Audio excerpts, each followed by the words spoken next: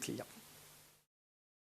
Pour présenter Facile en quelques mots, Facile, on est un expert du centre de contact. On est une société de services. Et notre spécialité, effectivement, c'est de déployer ce type de solution dans des organisations et notamment de traiter de l'omnicanalité sur des canaux à distance, mais pas que. Notre spécificité dans cette logique, c'est de personnaliser effectivement les interfaces et de travailler effectivement sur le développement spécifique pour intégrer le système d'information à ce type d'application pour effectivement gagner en personnalisation et gagner en fluidité dans les parcours clients. Donc je vais laisser la parole à Dikra pour qu'elle se présente. Bonjour, ça fonctionne, vous m'entendez? Vous allez bien? Dikra Béchard, donc je suis commerciale chez Genesis depuis 6 ans. Genesis est éditeur de plateformes de centres de contact, omnicanal et dans le cloud. Est-ce que vous nous connaissez? Levez la main pour ceux qui nous connaissent. D'accord. Un petit peu, si ça va, j'ai vu des mains levées, très bien. Genesis, donc, c'est une présence dans 67 pays. Nous existons depuis 30 ans et nous sommes donc pionniers dans l'expérience client as a service grâce à notre solution Genesis Cloud CX dont on va vous parler tout à l'heure. Genesis donc, met en relation les clients avec leurs clients et nous sommes pionniers donc, de cette expérience as a service permettant de créer de l'empathie dans la relation client et de connecter les meilleures ressources avec les clients selon leurs compétences. Donc Laurent, à toi, je t'en prie. Donc on a choisi d'illustrer notre propos au travers de 3 cas clients. Donc un premier cas client qui est un peu éloigné de vos problématiques parce qu'il s'agit d'un cas client dans le secteur de la banque et de la finance. Mais par rapport à, effectivement, ce sont des gens assez précurseurs dans le centre de contact, les banques et les assurances. Donc l'idée, c'était plutôt de vous présenter quelque chose de très opérationnel dans le déploiement de ce type de solution. Et après, Dikra vous présentera des cas clients un peu plus proches de votre métier. Donc, pour vous situer le contexte du projet, on est à peu près au lancement du projet juste avant la période de confinement, avec pour ce client une croissance des demandes sur tous les canaux et une problématique de lancement d'offres avec la volonté effectivement de concourir à l'élection du service client de l'année. Donc, c'est très connu dans le monde du centre de contact. Donc deux facteurs clés de succès émanant de la direction. Un premier élément très important, c'est de répondre aux clients avec le même niveau de satisfaction, et ce, quel que soit le point de contact qui est utilisé. Donc on est sur la relation essentiellement à distance, mais pas que, puisqu'on va faire en sorte aussi que les agences viennent intégrer cette relation. Et le deuxième point important pour le client, effectivement, c'est de privilégier le contact humain comme élément essentiel de la relation. Et vous en avez déjà parlé d'ailleurs dans vos propos dès ce matin. Donc les objectifs fixés pour ce projet étaient assez ambitieux puisque grosso modo l'idée c'était d'atteindre un taux de satisfaction mesuré à plus de 82% qui dans des plateformes de centre de contact est assez important et avec un taux de prise d'appel supérieur à 90%. Donc on est sur des choses assez ambitieuses. Évidemment, traiter les canaux de façon optimum, avec une gestion omnicanale des canaux. Une logique de fidélisation qui n'existait pas au démarrage du projet. Donc là, on est plutôt sur de la logique de campagne. On va appeler les clients pour essayer de les fidéliser, de les rentrer dans des campagnes spécifiques par rapport aux offres promotionnelles, etc. Et ensuite, un point très important pour le client, la professionnalisation des métiers et des collaborateurs, puisque traiter un canal voix, ce n'est pas comme traiter un canal mail, ce n'est pas comme traiter un chat, etc. etc. Donc, avec une logique d'efficacité et une logique de mobilité, juste avant le confinement, ce qui était finalement plutôt bien vu, puisque tout collaborateur dans un centre de contact aujourd'hui, ça paraît simple, mais est capable de travailler de chez lui. Mais si on revient en arrière il y a 3 ans, dans un centre de contact, ce n'était pas vraiment le cas. Enfin, ce n'était pas partout le cas.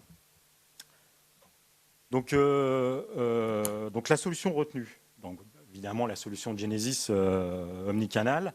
Donc on partait quand même de loin. On était dans une logique de centre de contact. on va dire, très archaïque, puisqu'on était sur une solution de téléphonie avec, si vous connaissez ça, des composants de matériel importantes en fin de support, effectivement, et puis avec des logiques de migration qui s'imposaient. Donc une solution finalement très monocanale, peu agile à l'évolutivité.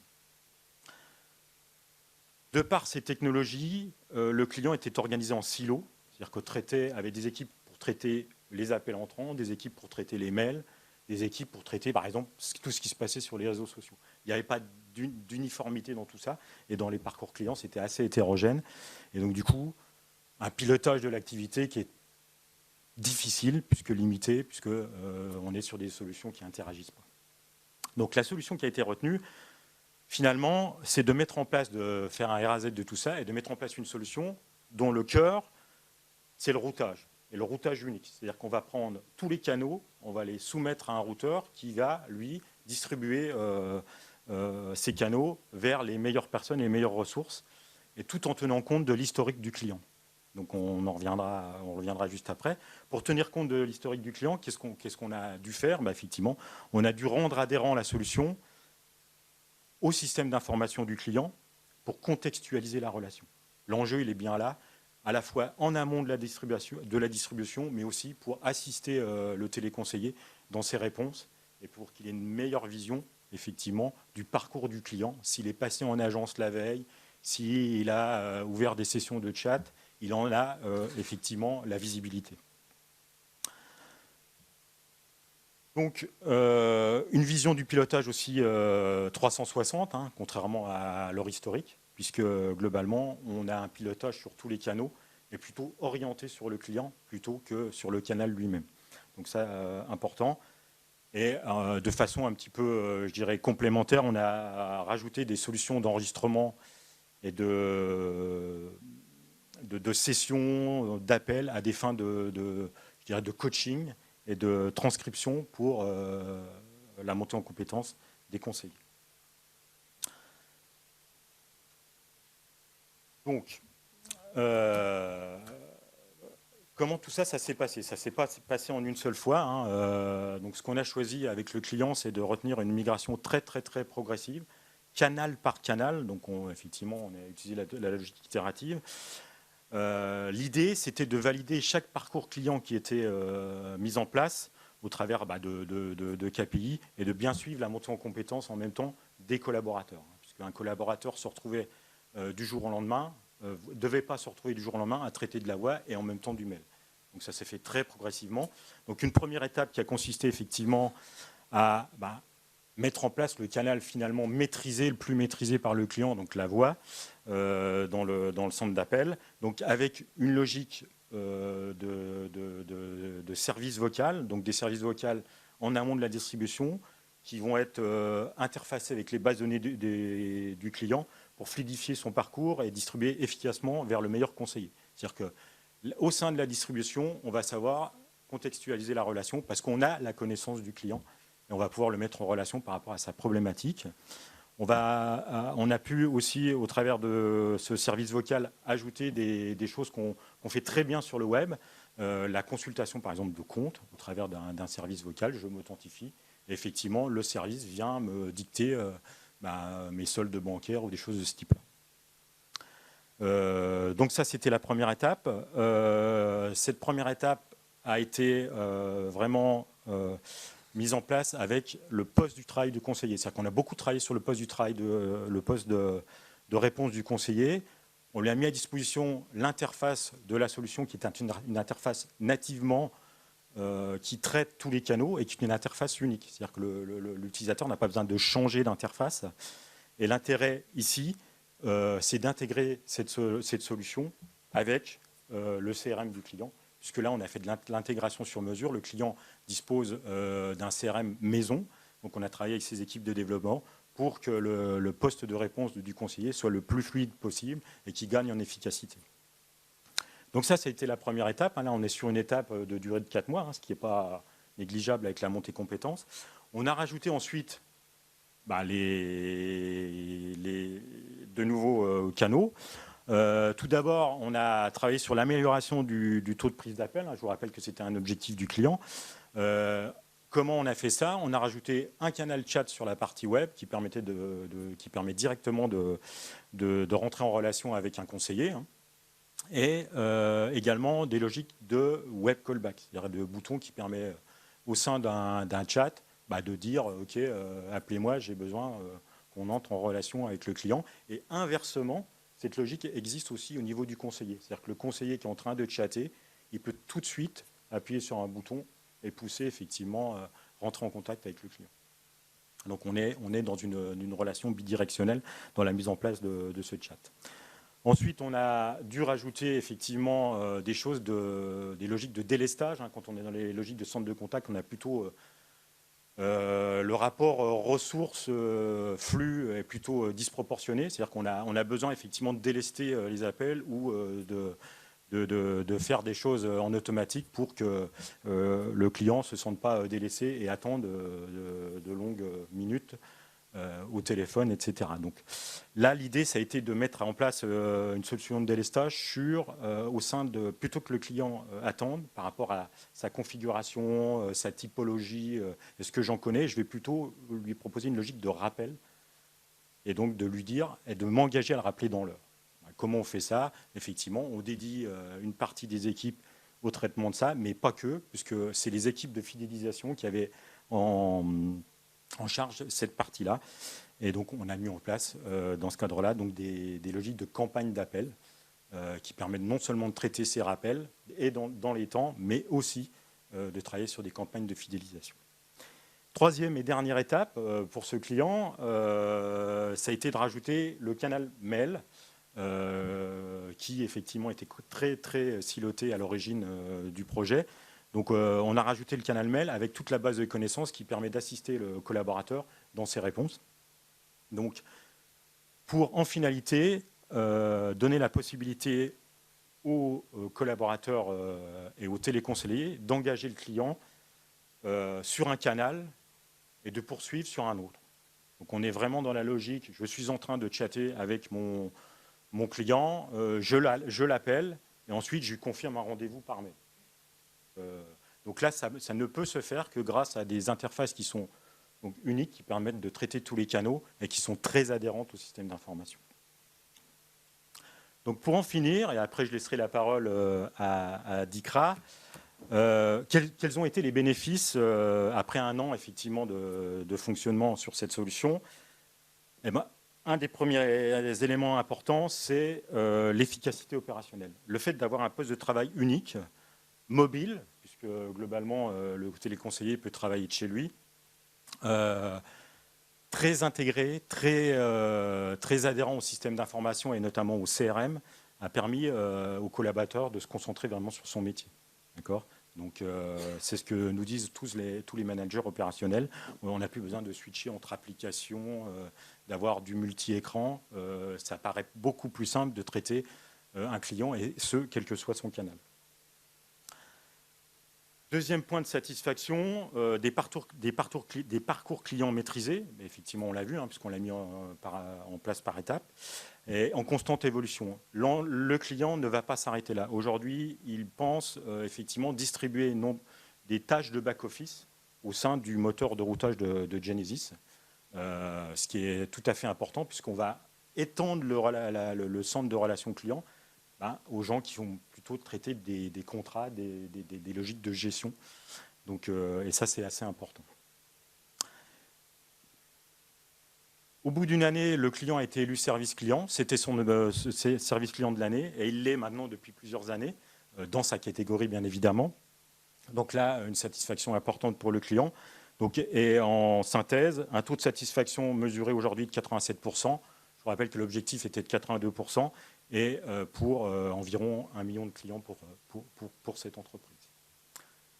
Donc voilà pour ce cas d'usage. Je vais laisser la parole à Dikra pour vous présenter des choses un peu plus proches de votre métier. Merci Laurent. Est-ce que vous avez des questions? Pour l'instant, tout va bien. Il vous reste environ 5 minutes. Il reste 5 minutes? Oui, très bien, il n'y a aucun problème.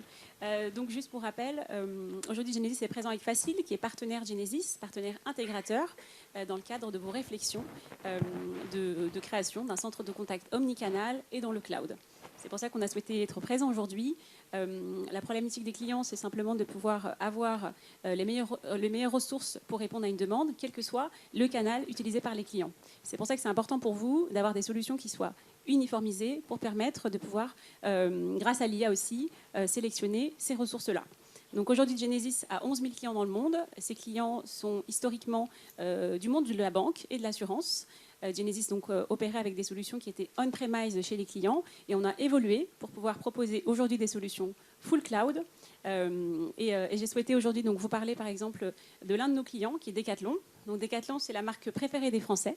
Et il y a quelques années, donc je crois que ça fait déjà 2-3 ans, qui nous ont contactés pour pouvoir changer de solution et passer d'une solution on-premise, donc hébergée chez eux, à une solution cloud. Donc on a vraiment passé du temps avec eux pour travailler cette migration et finalement proposer des solutions qui soient flexibles, accessibles de partout, quel que soit le canal utilisé par le client.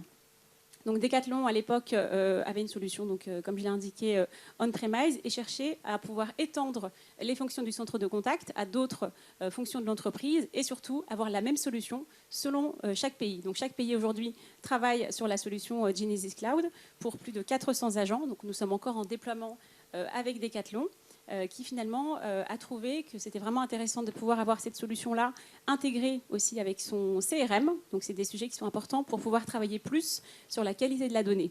Donc aujourd'hui, on a fait ça, et avec le Covid-19, ils se sont aussi rendus compte que même les agents en magasin, donc les magasins aujourd'hui n'étaient pas sollicités, toute la pression venait sur le centre de contact, et donc ils ont vu l'importance et l'impact du digital suite à cette augmentation de requêtes qui venaient principalement de l'email, ensuite de la voix et ensuite du chat. Donc aujourd'hui, Decathlon a mis en place nos solutions et aujourd'hui on essaie de les accompagner sur par exemple tout ce qui est chatbot, voicebot, pour leur permettre simplement de pouvoir automatiser certaines tâches à faible valeur ajoutée.